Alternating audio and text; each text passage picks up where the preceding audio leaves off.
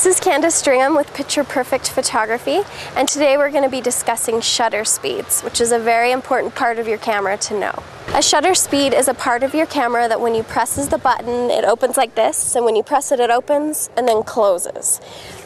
The speed is how long the shutter is open or closed. And the reason that is important is because it controls if your subject is blurred or sharp when it's in action. So today we have our model Christy who's going to jump for us. And you'll be able to see the difference between the lengths of shutter speeds. The first thing I'm going to do is set my camera to a slow shutter speed. A slow shutter speed is usually considered anything less than 1/60th. On Canons, the setting to change your shutter speed is TV. That means you're choosing your shutter speed and your camera will choose the aperture for the proper exposure. On Nikons, it's just an S for shutter. Then I would turn the lever here to change my shutter speed.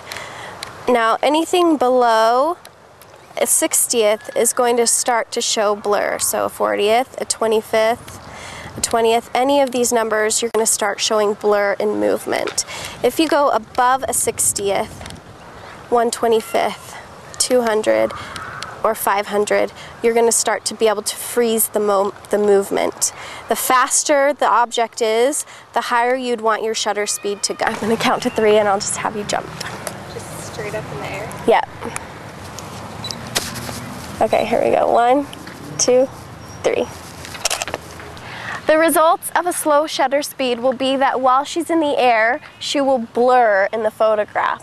Because it wasn't quick enough, it shows the movement, so she won't be sharp or in focus.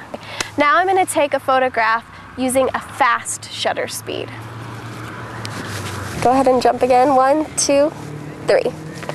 The results of a fast shutter speed will mean that she's frozen while in air, and the image will be sharp and in focus.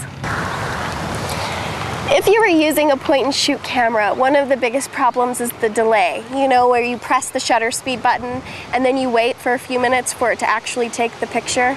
Well, I've recently learned of a way to solve that problem.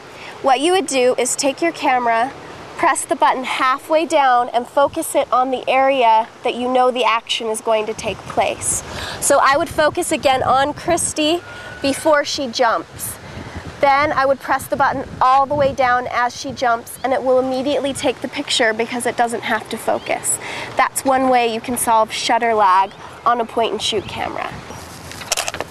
So learning your shutter speeds is an important thing because it will make you be able to take great action photographs. If you want to learn more information on shutter speeds and how to find it on your camera, look at my online article for Picture Perfect Photography.